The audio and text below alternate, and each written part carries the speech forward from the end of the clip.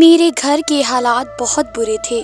اس آدمی کے ساتھ کام کرتے ہوئے 2 سال ہو گئے تھے۔ سب لوگ کہتے تھے کہ یہ کام چھوڑ دو، لیکن میں بہت مجبور تھی۔ مجھے بہت سی ایسی باتوں کا پتہ چل چکا تھا جو یہاں پر نہیں ہونی چاہیے تھی، لیکن میں اپنی زبان پر تالا لگا کر رکھتی۔ یہ سوچتی تھی کہ میرا رزق یہیں لکھا ہوا ہے، تو مجھے چپ چاپ اپنا کام کرنا چاہیے۔ لیکن پھر ایک دن کچھ ایسا ہوا کہ میں مجبور ہو گئی، کیونکہ مصیبت میرے گھر تک آ گئی تھی۔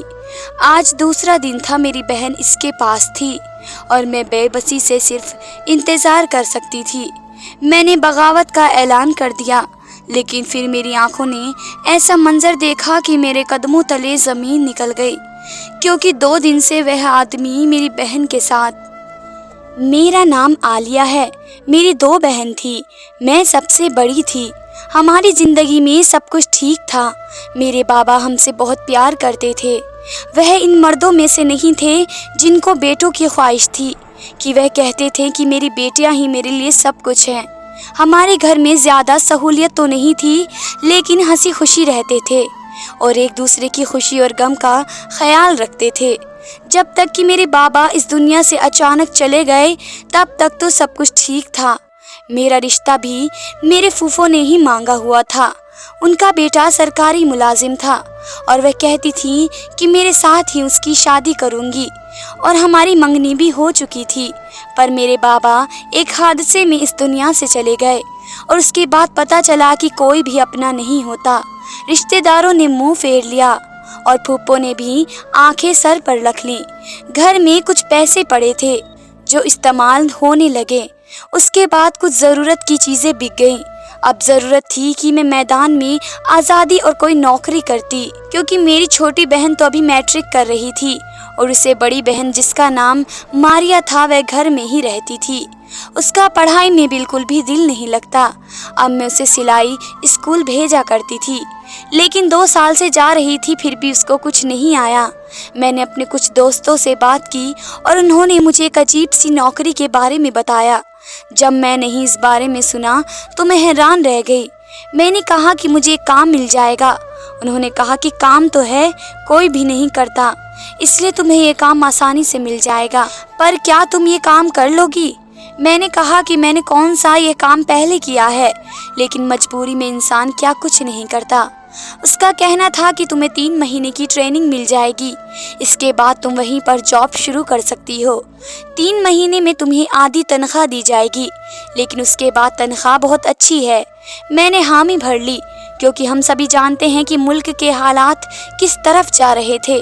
اب تو گھر میں بیچنے کے لیے بھی ہماری ضرورتوں کی چیزیں ہی رہ گئی تھیں۔ اگر ان کو بھی بیچ دیتے تو پھر گزارا کس طرح ہوتا؟ بہت زیادہ برے حالات تھے۔ بابا کی بہت یاد آتی تھی۔ امی مجھ سے روز کہتی کہ تجھے 14 جماعتیں پڑھائی ہیں، تو کہیں نوکری کیوں نہیں کرتی؟ کوئی تو کام ہوگا، بے شک 3000 یا 5000 پر کچھ لے کر تو آ جائے کر۔ واپس آ کر جب میں نے امی کو بتایا کہ مجھے نوکری مل گئی، تو پہلے 15,000 ملیں گے اور اس کے بعد مہینے کے 35,000، تو میری ماں تو خوشی سے پاگل ہی ہو گئی۔ تھوڑی دیر کے بعد ان کے چہرے پر خوشی نہیں بلکہ آنسو آنے لگے۔ تجھے کام کے لیے گھر سے باہر نکلنا پڑ رہا ہے۔ میں نے کہا کہ میں نہیں کروں گی تو کون کرے گا؟ اس طرح مجھے نوکری مل گئی ہے۔ ایک دن میں اپنے کام سے گھر آئی تو میری شلوار پر خون لگا ہوا تھا۔ میری ماں نے جب یہ منظر دیکھا تو میں حیران رہ گئی۔ میری ماں نے کہا کہ کیا ہو گیا؟ تمہارا ایکسیڈنٹ ہو گیا ہے کیا؟ تم ٹھیک ہو؟ میں نے کہا کہ میرا کوئی ایکسیڈنٹ نہیں ہوا ہے، میں بالکل ٹھیک ہوں۔ میری ماں نے کہا یہ سب کچھ کیا ہے؟ اس بات کا میرے پاس جواب تھا، لیکن میں ان کو جواب دینا نہیں چاہتی تھی۔ میں نے کہا کہ مجھے نہیں پتا، میں بس میں آتی جاتی ہوں، راستے میں کہیں سے کچھ لگ گیا ہوگا۔ آپ اتنے سوال کیوں کر رہی ہیں؟